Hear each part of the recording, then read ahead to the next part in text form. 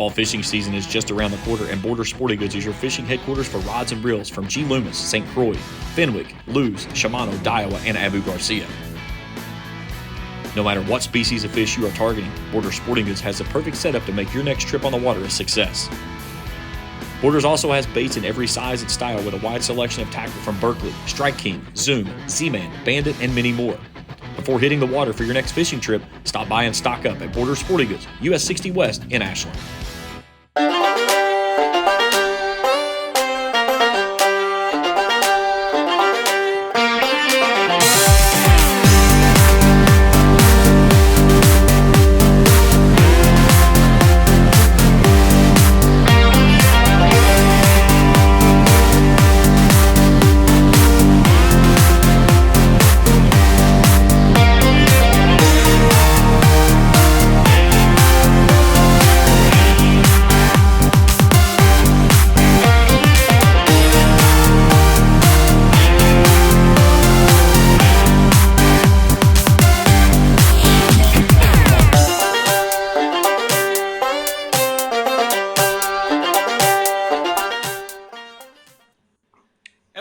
To the final show of the 2023 season.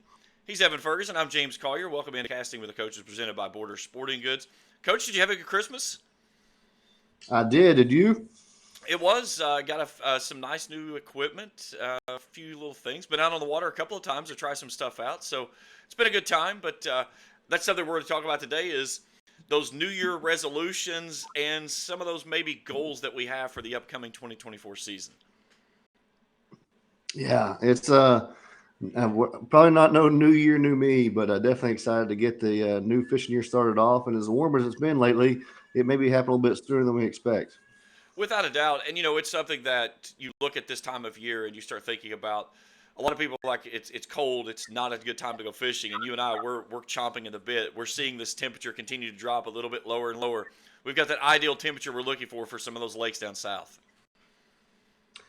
Yeah, it's definitely not. It's very abnormal right now because stuff's just not grouped up. At least it's not to us. And from seeing some other results, it seems to be kind of the standard theme for everybody right now. Around here, I've been duck hunting a lot all week, and for that, even the water is way too. It's like a weird in between. I think that high 40s level is like just an awkward time to fish, and it seems to be consistently holding right around that right now. So hopefully we get something to either go extreme one way or the other, because right now we're in the middle and it's not working out. Yeah, without a doubt. And it's crazy to think about that because it's been a weird year with the weather anyways, and we've seen record droughts that have really kept the lakes down. We got some rain there around Christmas, and I noticed the river yesterday, it's kind of muddied up. So there's been some water that's gotten back in those tributaries. It's flowed back out into the river, but we still need some to bring those lakes up. I know I fished Grayson earlier in the week, and still looking at it, it's way low. Well, yeah, I mean, you got winter pool issues too, but like you said, they're low and clear. They're not. They definitely don't have any. They haven't had much run in from any rainstorms like that, and it's just keeping things off the bank, and it's weird a little bit right now. I don't know. That's a little. I said weird like 7 times this morning, but hopefully we get out there and start figuring something out before too long. So we'll see what happens. Well, before we get going here, let's throw up our information for how you can interact with the show. Again, you can follow us on YouTube at Casting with the Coaches. He's at Coach eFerg12. I'm at Collier SC Live. And we have the email account now, cwtcfishing@gmail.com. Send us those pictures of your catches. We want to incorporate that into the show, and we'll start adding those through. So so to send it to cwtcfishing@gmail.com. And of course, if it's your first time to stop by here, hit that subscribe button, hit that bell, get those likes, and give us that thumbs up if you like what you see as we roll through. Coach, let's talk about 2023. What was one of the things that really stuck out to you that is something that you felt like was probably something you felt successful with if you look back and said, this was what I would put my thumbprint on 2023, what was it? I got married and can continue to fish. Well, that's pretty awesome. Yeah, I heard a lot of jokes, but no, I got married this year, and it was really it's kind of funny. You always hear people, my wife's been great and I'm still fishing. And that's kind of a goofy thing, but we actually said to do our vows. We were going to write our own instead of actually, read the standard. We did the standard ones too when we did our wedding ceremony. And I went fishing the day before the wedding and I goofed around with my buddy. I said, if I don't catch one 5 pounds, he goes, if you don't catch one 5 pounds, you can't get married tomorrow. I said, dude, don't say that. Like, it's going to be hard, but we had 15 minutes to go, and I caught one that was a 5.4, and we legit. I put that and said that in the vows the very next day. So as far as 2023 fishing, I think that was the top thing in my 2023. So and then going fishing, anything along with that, and really just it's been a fun year. It's been a little different year on fishing for me, a little bit on some tournaments and things like that. One thing I did this year that I'm excited about continuing to improve upon beyond the getting married and going fishing, and she's been great. But is I got a live scope, and we talked about that a little bit last episode. But expanding my fishing from just being shallow and being frustrated if I lose, if the fish aren't biting shallow. I continue to grow a little bit of my deeper water fishing thanks to live scope, and I hope that continues to grow next year in 2024. For me in 2023, it was a weird year. We had a lot of issues going in the family with her dad. He was injured in a freak accident back in April, and it really took a lot of time away from the stuff that I would typically be doing. But still finding a time to get out on the water, and I know there was a couple of times that she and we just grabbed the boat and went to the lake. Not so much as just to go out to try to fish; it was just get away. And that was the thing I would say is that the time that I did get out on the water, even when we went north this year and we went to St. Clair, the second trip we went up, we had north and east winds every single day. And if you know anything about fishing St. Clair and you're on the United States side, those are the two words you don't want to hear, north winds or east winds. That really makes things difficult, but we still made good trips out of it. So, that was my thing, was just figuring out some different stuff. The water got a little warmer than it should have. It rushed the spawn was pretty much done by the time we got there on the first trip. The second trip, there was no spawners left. So it really forced you into having to try to do new things that maybe you haven't done in the past, and still being able to find fish and be able to follow those fish. That was a really cool thing. So that's something that I'm trying to expand on my knowledge, is how to locate fish early in the season and then follow those fish around the entire summer into the fall and try to be able to figure out how they're transitioning from one place to the other, which will, of course, if you can do that, it's going to obviously up your fish catches throughout the way. For sure. We talked about live scope. I had a really cool experience with my buddy I went with the other day. I spooked a fish on live scope, and it was so cool. We found a fish. He was hanging about 15 feet of water, and I dropped a little booger man tail spitter on top of him, and you could see him just dart away on the screen. It was so awesome. I have no idea what it was, but it had no intentions of getting around that booger man. He didn't want the boogeyman around him, did he? He was going to get away from that. Scared of the boogeyman. Let's talk about 2024, and we're getting ready to turn the calendar year, which is crazy to think that here we are getting ready to change over to another calendar year. But when you look at the way it divides up, you could almost divide the year up into quarters, because you've got January through March, April, May, and June, July, August, and September, and then October through December. And those 4 times, typically they fish a lot the same, but there's some really unique things that happen along each one of those quarters.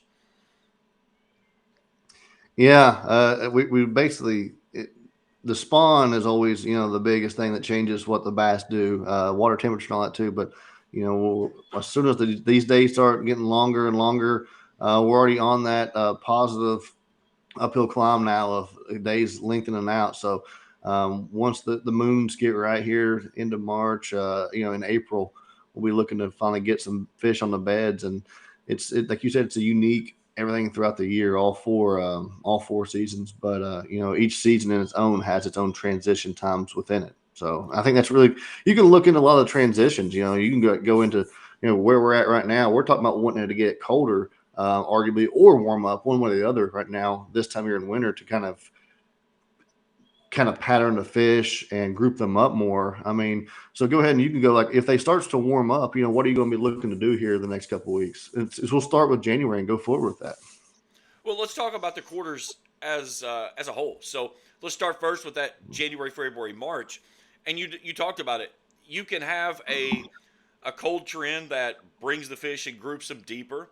You can get a warming trim like what we usually see in the month of February that'll bring those water temperatures up 5 degrees or so and get some of those fish up active around the banks. But you've really got to pay attention this time of year so much in that January, February, March, you've got to pay attention to those water temperatures because just a few degrees can really change how those fish are going to react. Yeah, the water temps and the water clarity too is huge. If it's clear and cold, that jerk bait comes into play more. We talk about the live scope stuff with your the Mickey rigs and things like that. But if it's warming and it's still clear, then there's going to be more active. It's going to be probably better with that. But if it's warming and muddy, then you might want to get up on the bank and have some fun. So definitely, tie in what is your water clarity doing with your temperature, and it kind of helps clue you in on where you want to focus in as you're fishing. I know this time of year too, color can really be more key because I think the two things you're trying to imitate is either crawdad or something natural. And typically, if I'm throwing something moving, it's either going to be a red crankbait or something red or something that's like sexy shad, white pearl, something that imitates the moving of a shad. Nothing fancy after that. Those two are probably the two colors I'm going to lean on the most. Yeah, I mean, red's pretty famous this time of year and all through spring, especially that dirty water. There's something about it. There's done a lot of research on it. I read a Bassmaster article on it before. Um, I never see anything red go through the water that fast, but apparently it doesn't seem to change what the fish are doing. Is that your cat? Yeah, my cat is absolutely going bananas in the background. I keep trying to get him to come over, and then he walks away, and then keeps walking up and down the hallway, trying to wake up the entire house. Um, Makes sense. yeah, of course. Now, another thing, this time of year, the jig. That is a great bait, and again, it goes back to the crawfish that you're trying to imitate as well. But for whatever reason, and I don't know why, and I think it's more confidence for me than anything, but black and blue is something that I really lean on more than the green pumpkin. And I know you and I, we've talked about this on our trips a couple of times. A person fishing green pumpkin is probably getting more bites than I'm going to get on that black and blue, but it seems like the black and blue brings out the big bites whenever the green pumpkin brings out more of the quantity. That's something you said. I'm on the green pumpkin train personally. I do like the black and blue when it's muddy out, especially. But this time I definitely go black and blue. But it's definitely to each their own. And I actually sometimes even there's nothing wrong with putting the black and blue jig with the green pumpkin trailer or something like that. If you're trying to, especially whenever you're getting around the bluegill time, that kind of gives you a little better bluegill representation. So just different things you can do to kind of match hatch or just give something different. And I think something different is probably more important than anything because these fish don't have the biggest brains. They're small and they see something that triggers them or gets their attention. It's going to help a lot. One of the things you talk about that black and blue trailer and sometimes adding in a green pumpkin trailer. One of the things I really like doing is the Okeechobee crawl. I love net bait. I love their product. I feel like it's probably one of the most realistic that's out there, especially with those kickers. Sometimes I'll dip the tips of the chunks and just a little bit there on the pinchers, and it really depends on what you're looking for. And like you said, trying to match the hatch. Are you working around bluegill? Are you working around more crawfish? Which one you want to go with can really determine whether you want to go with just what the tips are, dipping a little bit of chartreuse on those, or putting a little bit of orange on the ends. Yeah, it's you gotta get a feel for it. It's always nice you do catch one or two, especially in a tournament day. You see them spit up crawls in your live well. You can really look at them. Especially at East Lynn, I see you get the fish in your live well. We talk about how much I fish West Virginia and how much you Kentucky, and it's like it's two different. We're 5 minutes away from each other, but it's like two different worlds of like the different lakes we've done a lot of times. But East Lynn, those are the most orange crawdad you'll see sometimes in your live well when they get spit up, and it's just something that can clue you in to make sure you are including some orange in your bait. And I think if you're throwing green pumpkin or black and blue jig, and you kind of have some type of variation of your trailer. If you're going with a blue trailer, a green pumpkin trailer, the Okeechobees and the Magic Crawl swirls are kind of like blends, and then you can look at even sometimes just the old muted black can also work pretty well too, just as a simple black color, and when there's kind of a dead looking area out there, so something to consider. All right, let's move into quarter number 2. So this is when things get fun. April, May, and June. And of course, anytime you start talking about that transition from March into April, you're starting to get into moving baits. You're starting to talk about fish that are going to spawn. And it's not uncharacteristic for some fish. And I know around this area where I fish a lot, it's not uncharacteristic to hear about some fish that maybe rush in on the beds in March, including those bigger fish. And it's really weird to think about because everybody thinks it has to be a specific temperature. And a lot of times that's the case. But I've seen it happen many times at Grayson. You'll talk about fish that have already gone into the beds and spawned out before the first week of April, and that's usually your big females that have gotten in and gotten out. Yeah, yeah, you definitely hear about it. You think about like because you catch all of them right there at the end of March. Usually, that last couple weeks of March is usually pretty special around here if you get the right warming trend or something like that. And if the water's right and everything seems stable, why wouldn't they go up there and do it? I've never seen one locked on the bed. Then I'm not saying they couldn't be. Obviously, I think they are too, but it's just unique to realize like we think we know so much about it, we really don't. The fish are going to do whatever works for them the best way. Um, so that spawns, my favorite time of the year. But I think something to really consider too as they make that transition. I think we talked about this winter. We spend a lot of time near the end of winter, especially. I always look at the bass. Somebody taught me, we got taught me this one time fishing. He goes, these fish during the winter are looking up to feed the whole time. They're looking to see something fall on their face. They're looking to see, those shad to school, those schools of shad, and they're looking up to feed. I think falling down on them. And I think you're kind of carrying that through usually most of March. And you think about March, a lot of the spinnerbait bite comes into play a lot of times. Your crankbait bite, your jerkbait if it's clear enough water and things. And then you go on into April and while the spinnerbait, all that stuff starts to play, as the water really starts to get over, closer to 60, and they're starting to think about spawning that, that jig and, flipping a little creature bait and stuff like that you get tucked in against a stump or a lay down. I think those fish, when they get off of just living underneath schools and looking up, I keep looking up as a fish, but then you start to You did a dial it great in on impersonation of a fish.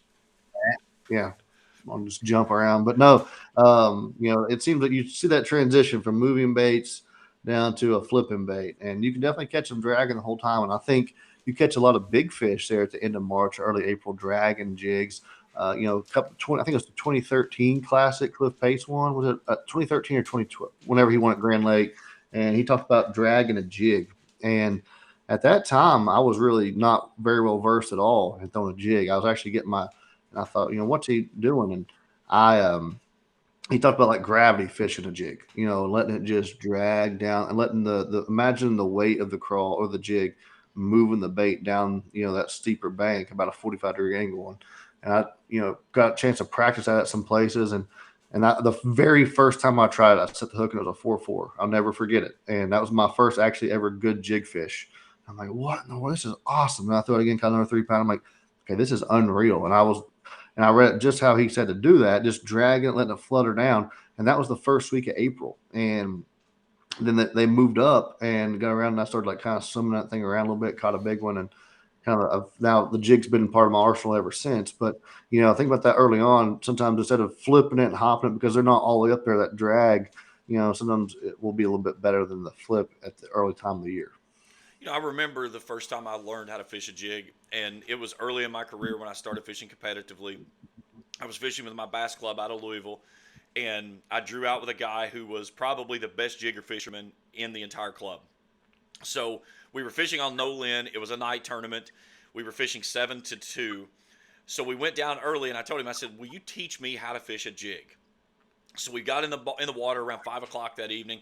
We went and found a bank that we were going to be nowhere near, and he really broke it down. And it was really nice because No Lin in some places is super clear, so you can really see what you're looking at. So he showed me what the bank looked like, what the cover was, and then he basically helped me move my rod so I could, like you said, feel that kind of that gravity pull as it goes across those rocks or that piece of wood or whatever. And so we played around on that bank for probably 15, 20 minutes.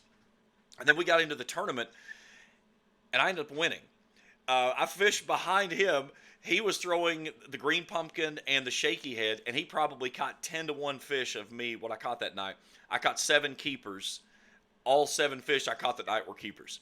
And I won. He got second place. And he looked at me and he goes, okay, lesson's over. I'm not teaching you anything else.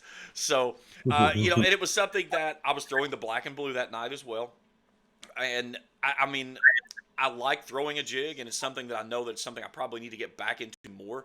But it's something that if I have to grab a jig, I'm going for that black and blue more because of confidence than anything. Because I just feel like on green pumpkin, I don't get the bites that I feel like that I typically get in on the blue, black and blue.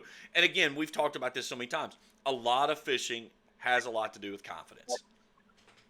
Yeah, that's the number one most important thing for sure is the confidence, But you can look at matching, with the water clarity and things. But if you believe in a certain thing, throw it. If you're going to put it in a better position, you're going to flip it better, and you're going to have more confidence in it instead of just rushing the bait along. You're going to believe in it, and that means way more than whatever special technique you could be doing. Now, when you get into the moving baits, we get into April, May, and June.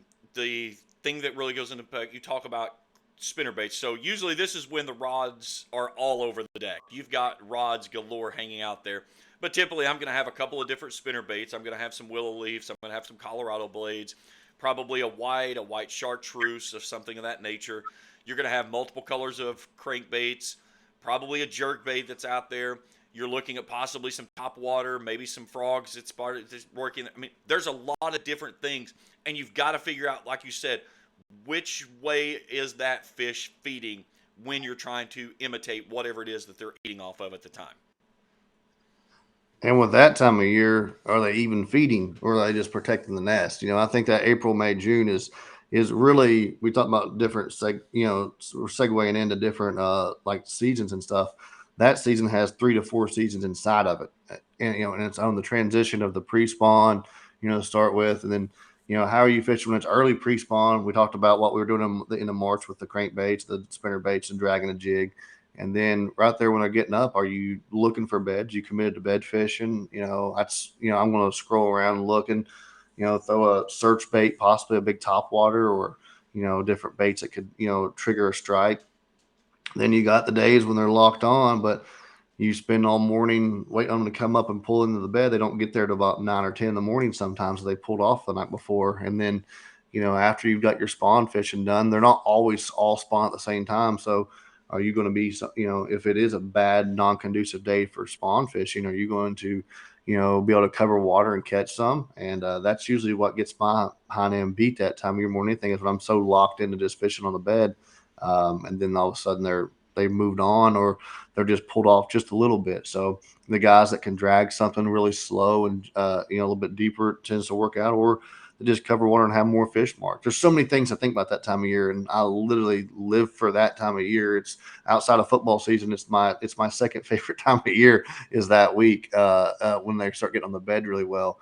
And then they start pulling off, you're going along the famous post-spawn topwater bite. You've got the trick worm bites around here, the Cincos, and then you've got flukes, et cetera, like that. Then if some of them already moved off, then you can catch them a little bit deeper in treetops or things. There's so many things you can do. Golly, like you said, it's the time of the year that the deck of your boat can be absolutely low with rods. And if you kind of need to stay up of where they're at in that column or in that season. Are they going to be more post spawn or spawning? And because you can be the end of it and think you're all done, and you can look down and see that stump and see 4.5 pounds sitting there still doing its thing. So you got to be aware and got to be ready for everything. And it's magic. It's a magical time of year for sure. The thing about when you work on the beds too, when you're talking about bed fishing, I know that's probably, if I go out and I do an entire day, especially when we're up north and we're fishing smallmouth, some of those smallmouth are very easy to catch off the bed. You stick it in the bed, they're going to eat it. But there's some that are very finicky, and this is more when you get to the largemouths. But there's days by the time you get done fishing, you are mentally exhausted because you are trying to figure out what to do to make that fish bite. And sometimes it's a different presentation, and like you said, a different drag. You've got to change up the baits. Sometimes that fish just does not want to eat whenever you throw it in there. But if you work and work and work, and it may be that perfect cast, that's the difference that gets you bit. And I know that when fishing is such a game of adjustments throughout the day, but when you're talking about spawning and you're talking about fishing off the beds, you have to be mentally locked in on every single cast, because it is, okay, what did I do on this one that didn't work before? What does this one work that this one's not going to work? Until you entice that one fish. And the thing is, that one type of thing that you got that first fish to bite on may not even work anything for the second one. Yeah, every fish is unique and different, and having the ability to read the fish on the bed is really the most important thing. And also, you're thinking about bed fishing too, especially if you're in a tournament. Should you spend more time focusing on the bed fish, or if they're not acting right, should you cover water? Can you catch other fish? And I think you have to be aware of the scenario and aware of your surroundings, and kind of have a feel for the moment. And as you're flipping it, you're watching if their gills are flaring, how they're reacting, how they're swimming, looking away, and what level the water column they're sitting in, if they're hugging the bottom up. There's so many different things to consider, and you can just kind of make rotations and go back. Hey, I'm sure when we get closer to April, we'll have a full bed fishing show coming up here. But like that, there's so much you can talk about, and it's I absolutely love it. And I'm not saying I'm by no means, we could call a lot of guys in this area that are way better at than me in here, but it's a very fun time of year, and I can't wait for it to get here. About 4 more months, and we'll be Yeah, locked it's into it come. hardcore. So. It was really cool. Last year, I had one of my kids in my high school program there at Raceland, and we fished a tournament down at Greenbow. And we got there a little bit early, and we just kind of drove around a little bit, and found some fish that were still on beds. So we drove around, marked a few of them. The tournament started, and we actually found one that was right there near the ramp. So everybody takes off and heads up the lake at Greenbow. We spun around, dropped the poles, and his third cast, he sticks a 3.5 pounder off the stump. We caught two more that evening, and it was really interesting. The two bigger fish that he caught were fairly easy for him to get. He took a white Cinco, flipped it over in there, boom, it ate it immediately. Then we found one male that was still there. He looked like he was about a 15, 16-inch fish. He was actually about 13 and a half, and it took him almost 40 minutes to catch this fish. And we literally had to take the Cinco and cut it down to where basically it was about that long. It was long enough to have the shank of the hook in. And when that fish finally blew on that bait, we were using spear point hooks, and that V pattern that they've got, that lock, was on the tongue of the fish. He never hooked the fish at all. It was on the back of the tongue, and he brought the fish in with it like that. It was so cool. And he had never bed fished in his life. And I was like, okay, I just want to tell you something. It's always not this easy. No, everything's different. And sometimes it is, sometimes it's not. You never know what it's going to be each time. But as somebody who's going to a lake, I think that time of year is your most important time for two things. One, if you're going to the lake when the peak of the spawn, you can see what that lake holds. If you're a guy and you can sight it, you can see how many fish are really in the lake, how good of a fishery it is. But number two, I think the whole year revolves around that time of year. And if you're ever trying to figure out where to find your fish at, you start with the spawn. Where are your traditional spawning areas, what they look like on the lake? What's an area that the fish can go up, find hard bottom, they can find something to spawn on out of a creek. And, you look at where they're going to spawn at, or if you find where they're spawning at, then you start to track the transition areas in and out to the nearest deep water. And that's where they're going to winter and summer at, is in that deep water. And then you're going to follow that transition area the rest of the time. I think the biggest exception is if the shad really run hard in the fall, you can maybe find some other fish that, just chase those shad in the fall a bit farther up the creeks. But, I think those are kind of the transitions that you can look into. It really helps you a lot with the first part of the post spawn, and the biggest part of the pre spawn is out of that deep water into that spawning area. So if you know where the fish spawn out in the lake, it really can kind of clue you into where you're going to start and go with for the rest of the year. All right, the third quarter of the season, this is when it sometimes gets a little difficult. June, July, and August, those dog days of summer, and that's when that water temperature gets super warm. This is where you have to understand where those feeding flats are, finding deep spots that are very close by. This is when your grass bite really gets going. And like you talked about, the trick worm, the flukes, the Cincos, that bite becomes really locked on. But on the backside of things too, that's when the jig gets going again, your Carolina rigs, your deep crankbaits. There's a lot of different stuff, but that shad spawn really gets rocking there in July and June.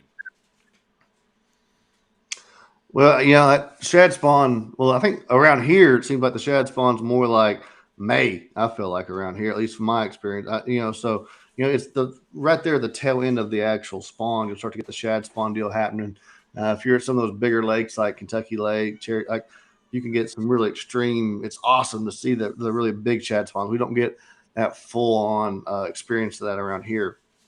But once we'll just go along with that. Like you said, the deep bite starts working in the summertime. Traditionally, deep fishing has won a lot of tournaments in the summertime. The guys with the deep cranks, guys with the Carolina rigs, the jigs, and stuff like that. And then we're going on to, like you said, that later in the summer you go, the grass bite will really start to kind of pick back into play with frogging, flipping around grass, and we'll go back to it again with all the shad and stuff out deep. I think your live scope has really opened up a new era of fishing out there. So, after the spawns are over of everything, you can kind of go out there and do your own thing. But if you want to go stay shallow, stay deep, there's different options for you. You can kind of catch them all over the place that time of year. It seems like. You want a cat? I have a cat that I'm giving away. This cat has meowed and created all kinds of havoc this entire show. I'm sorry. He is just, I don't know. He's being a little bit extra affectionate this morning. He knows it's the last time we'll see you this year. Hey, yeah, December 31st joke. There's the joke. I need to I'll have to get a button in for that one for the next joke, so I've got that boom. Yeah. What's the one thing that you like doing? I know you like to fish in the summertime, and for you, I know because of football, that's whenever really things start winding down a little bit for you because you get hardcore into football mode. But summertime fishing, what's something you enjoy about it? Golly, I think the biggest thing is the freedom of you can catch them different ways. Sometimes you're going to go, and if you're getting an overcast rainy day, you can go up there, run top water. You can throw a spinner bait, still fish shallow. You can also go out deep if it's and do your own thing. I think but my favorite thing about summertime is it's the most relaxing time of year just about to fish. Because you're not physically uncomfortable. I don't mind being hot. I would just assume it be 100 degrees every day, year round, and you're never really uncomfortable fishing. You don't have to wear rain gear unless it's pouring the rain. Even then, if it's 100 degrees of rain, you're kind of content getting wet. So I think the summertime is always great. It's the relaxing time. I'm not huge into night fishing, but I found it's also a decent way after you fish very hard all spawn and all spring. It's nice to go out there and just drag a worm around after dark, and you can catch a couple, and you can just talk to your buddies. And me and we laugh. We go sit in our paddle chairs and we drag drop shots around, or drag jigs around, or Carolina rigs, or Texas, or whatever you want to drag around. It's fun to go just sit down and fish sometimes in the summer instead of having to always make it the grind you do the rest of the year. But that's my favorite part about it. Just the kind of versatility, and it's a relaxing time of year to fish. You hear the frogs, you hear everything out there. It's just nice. I know one of the things in the summertime that you've talked about the frog. I love getting my frog out, and I call it Kermie. My son, he gets mad at me. He says it's cheating. He said because I catch fish with it the way that I do. But I love fishing with my frog. And then I'm usually going to have that little fluke and a Cinco, and I'm going to go around. I'm going to work grass beds. Last year, I really started picking up a swim jig and got some real confidence with it. And those four rods on the front of my deck, and I'm just going to go around and pick off a lot of grass fish. And again, the areas that I fish, especially with Grayson, there's not a tremendous number of keepers that you see from each trip, from one trip to the next. But when you're just going out fishing, I'm okay going out and just beating on fish to where I'm catching 30, 40 fish. Now, I may catch 12 and 13-inch fish all day, but that sure beats the heck out of going out and beating for 5 and 6 hours and getting blanked. So, is it one or the other? Anything I always feel like, too, is if you're around grass, you're around possible good quality fish, because if there's grass, there's bass. Yeah, you're right, and I think Grayson is a great place to spend afternoon in the summertime, because there's going to be fish there, and you can always catch some fish. And like you said, it's rare you catch a limit. I never call it a limit of over 15s there personally, but it's rare to even get a keeper bite, but you might get one or two a day at most, and but it's still a fun place to go. Fish, relax, and just enjoy time being on the water. All right, last quarter, October, November, December, and this is when things kind of get fun again because of those fish are starting to push those shad back in the pockets. They're starting to feed up for the winter months, and this is when it's almost like your second spring bite that comes back. You get a lot of moving baits, water level starts fluctuating downward, and it allows those fish to gather up. And this is where you can find the right spot at the right time, and you can get healthy in a quick moment. Yeah, like you said, with that shortening daylight that starts to come near the end of the start of fall and things, you actually those shad get triggered to go feed, and plus the lack of oxygen at that point of the year because the thermoclines are kind of so severe out there on the main lake, so they kind of get pushed naturally back in the heads of the pockets, and they go feed a little sediment, so the bass follow them back there, and you can definitely get right in a hurry, especially at lakes with a large amount of shad population. And I don't think there's anything that could ever say too shallow at that time of year. It's really, if you're a shallow guy, I think the fall of the year is your very best time of the year to go fishing with that, and obviously the spawn. But it definitely is. It's like you said, it's almost a repeat of the spawn, and they will follow the bait up in there. If the bait never make it though, don't waste your time. I think that time of year, like if you're scouting or practicing, make sure you're practicing or find where the bait's at. You don't really need to stick a lot. If the bait's there, the bass will be there. Just to find a way of catching them once they're there. That's the biggest thing about that time of year, I would say. And it changes a lot because it can go from still catching them on top water, still maybe frogging still at that point early in the fall, still maybe doing a lot of things. And as it goes, then you're transitioning more into that jig, maybe even a jerk bait, a deeper crankbait and a spinner bait as the year goes, and seeing what can happen to you. The electronics is so key in that fallback because what you talk about the bait, you need to do that side scan, find your bait. If there's bait there, stop and fish. If you go into a cove, you make a pass through it, and you don't graph any bait, get out of there and go find another one because you're basically hauling blank water. Yeah, you really are. And that's one of the things we talked about with LiveScope today. It doesn't lie. You might not be the best at reading your side imaging. You might not be the best at your down imaging sonar with, that came out, 10 years ago. But if you have a new, live sonar, like forward facing with LiveScope or any of the other versions, you put it in there. If you're not seeing, and if you're seeing the bait just sit there, they're not active. But if you're seeing the bait get run around and you're seeing stuff move in action, the bite should happen soon.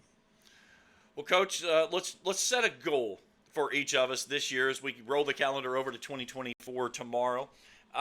What's your main fishing goal that you want to have this year to accomplish in 2024? My main goal this year, without a doubt, is I'm going to try to fish some of the, I guess I'll call it the semi-pro level. I'm definitely not a pro by any means, but I'm going to try to maybe do a Bassmaster Open and a Toyota Series couple events and at least get it out of my system. This is a great time in my life when I have the opportunity to go that and chase my dreams of doing it. And I'm going to chase it and go after it. And hopefully it works out. At least if it doesn't, I've left no stone unturned. At least can say I've done it. But I'm definitely going to chase that and go after it this spring on a couple of those tournaments and see how it works out. Just got to make sure the schedule works out with work. I was looking at that yesterday, but I think we're going to hopefully make it work out. So that's my biggest goal, is to kind of go chase my dreams and, kind of broaden my horizons and just fish in this local area, which I do love. And I'll be happy to come back and just do that if that's all happens, because it's my favorite thing. But if it doesn't, I'm at least getting a chance to try it out. So what about you? Mine is a lot. Mine's kind of boring. I'm just looking at trying to break the 6 pound class fish on a smallmouth. It's I'm so anchored to fishing up north in St. Clair. I've had so much fun over the last few years of learning the lake and just trying to expand on it each year. And it's to the point to where now I feel like that I can go up there and, depending on how the lake's fishing, I could run around and find fish and find bites. And it's really cool. It's not, you don't just have to find the group of boats and go get in it. That's a giveaway up there. If you're ever fishing St. Clair and you can't find something, if you see a group of boats, there's fish there, I promise you. They're not just hanging out, having a social. So for me, it's that. And the other side of it, too, is I want to continue to try to get better with my electronics. I feel like I'm pretty tuned in on it, but, fishing with you and fishing with my other buddies who's got the live scope, still trying to learn that side of things. And that's hopefully something I can add onto my boat at some point in time in the future. But continually to grow with that electronics, because, again, if you're going to be in competitive fishing, you've got to be really well with those electronics, because that is what's going to be the game changer a lot of times. Yeah, it just keeps you fully in tune with everything around you, for sure. Well, Coach, it's been fun getting our show up and going. I think we've got a good foundation. And again, if you're first time here, hit that subscribe button. Give us a thumbs up if you like what you see, and we'll continue building on it. And again, we want to see those catches. So let's throw the information up there again. There's how you can interact with us on social media. Follow us on social or on YouTube. And then that email account, CWTC Fishing, casting with the coaches, @gmail.com. Send us your fish catches. Tell us who you are, where you are when you caught it, and how big the fish is. And we'll incorporate it into the show. So, Coach, we'll do ours next week. We'll throw some pictures up that we've had throughout the year. And hopefully we'll start getting some more stuff from that. Sounds good. Happy New Year to everybody. And we'll see you next week. Coach, Happy New Year, my friend. We'll talk to you on the water. See you guys. For Evan Ferguson, I'm James Carter. This is Casting with the Coaches. Happy New Year, everyone. We'll talk to you after this on Casting with the Coaches, presented by Border Sporting Goods. Fall fishing season is just around the corner, and Border Sporting Goods is your fishing headquarters for rods and reels from G. Loomis, St. Croix, Fenwick, Lewes, Shimano, Daiwa, and Abu Garcia. No matter what species of fish you are targeting, Border Sporting Goods has the perfect setup to make your next trip on the water a success. Borders also has baits in every size and style with a wide selection of tackle from Berkley, Strike King, Zoom, Z-Man, Bandit, and many more. Before hitting the water for your next fishing trip, stop by and stock up at Border Sporting Goods, US 60 West in Ashland.